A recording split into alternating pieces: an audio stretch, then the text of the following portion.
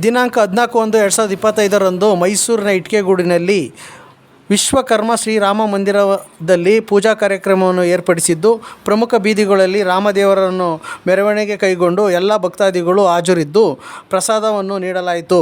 ಹಾಗೂ ಟ್ರಸ್ಟ್ ಅಧ್ಯಕ್ಷರು, ಉಪಾಧ್ಯಕ್ಷರು, ಕಾರ್ಯದರ್ಶಿಗಳು ಹಾಗೂ ಕಾರ್ಪೊರೇಟರ್ ಮುಖಂಡರುಗಳು ಈ ಸಂದರ್ಭದಲ್ಲಿ ಹಾಜರಿದ್ದು ಯಶಸ್ವಿಗೊಳಿಸಿದರು. ಹೆಸರು ರಾಜಾರಾಮ್ ಅಂತ. ಈ ವಿಶ್ವಕರ್ಮ ರಾಮ ಮಂದಿರದ ಸೆಕ್ರೆಟರಿ ಆಗಿದ್ದೀನಿ.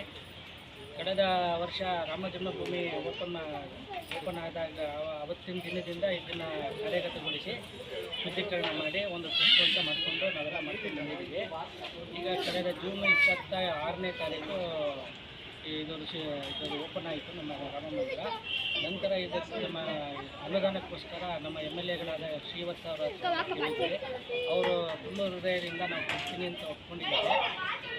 10 ಲಕ್ಷ ಅನುದಾನ ಕೊಡ್ತೀನಿ ಅಂತ ಒಪ್ಕೊಂಡಿದ್ದಾರೆ. ಅದಕ್ಕೆ ಸ್ವಲ್ಪ ದಿನ ಕಾಯಬೇಕು. ಯಾಕಂದರೆ ಇದು ರಿಜಿಸ್ಟ್ರಾಗಿ ಮಿನಿಮಮ್ 2 ಇಯರ್ಸ್ ಆಗಬೇಕು.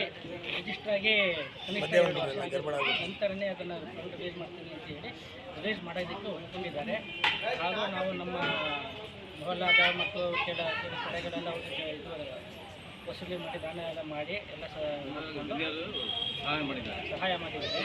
ಅವರ ಮುಖಾಂತರ ನಾವು ದೇವಸ್ಥಾನ ಈ ಮಟ್ಟಿಗೆ ತಂದು ಅಭಿವೃದ್ಧಿ ಮಾಡಿ ಇನ್ನು ಅಭಿವೃದ್ಧಿಗೆ ಸಹಕಾರ ಕೊಡಬೇಕು. ನಮಸ್ಕಾರ. ಇವತ್ತು ರಾಮನ ಒಂದು ಉತ್ಸವ ಮಾಡ್ತಾ ಇದ್ದೀರಾ. ತಾವು ಶ್ರೀ ವಿಶ್ವಕರ್ಮ ರಾಮ ಮಂದಿರ ಟ್ರಸ್ಟ್ ವತಿಯಿಂದ ತಮ್ಮ ಹೆಸರು ಸರ್? ನಾವು ಜಿ ಏಕಾಂಬರಂ ಅಂತ. ಓಕೆ ಹೇಳಿ ಸರ್. ಇದು ಟ್ರಸ್ಟಿ ಬಂದು ಪುರುಷೋತ್ತಮ್ ಅಂತ. ಅವರು ಒಂದು 100 ವರ್ಷದ ಹಿಂದೆ ದೇವಸ್ಥಾನ ಓಪನ್ ಆಗಿತ್ತು. ಆ ಕಾಲದಲ್ಲಿ ನಾವು ನಡೆಸ್ಕೊಂಡು ಬರ್ತಾಯಿದ್ದು.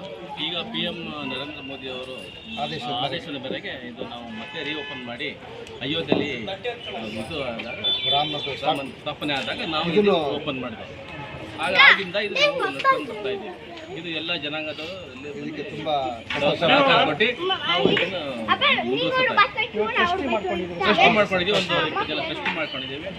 ಅಧ್ಯಕ್ಷರು ಪುರುಷೋತ್ತಮ, ಉಪಾಧ್ಯಕ್ಷರು ಏಕಾಂಬರಂ, ಕಾರ್ಯದರ್ಶಿಗಳು ಚಂದ್ರಶೇಖರ್ ಮುತ್ತು, ರಮೇಶಣ್ಣ, ರಾಮಣ್ಣ, ನಮ್ಮ ಷಣ್ಮುಗಮ್ಮ, ರಮೇಶ್ ಎಲ್ಲ ಒಂದು 20 ಜನ ಟ್ರಸ್ಟ್ ಇದೆ. Okay, thank you sir. ಇಲ್ಲಿ ಭಜನಾ ಮಂಡಳಿ ಅವರು ಮೇಡಮ್ ಅವರೇ, ಬನ್ನಿ ಮೇಡಮ್, ಬನ್ನಿ ಮೇಡಮ್, ಬನ್ನಿ ಮೇಡಮ್, ಬನ್ನಿ ಭಜನಾ ಮಂಡಳಿ ಬನ್ನಿ. ಚೆಕ್ ಮಾಡಿ. ಇದು ಇನ್ನೇನಂದ್ರೆ ಓಪನ್ ಮಾಡಿದ್ದೀವಲ್ಲ, ಒಂದು ನಿಮಿಷ.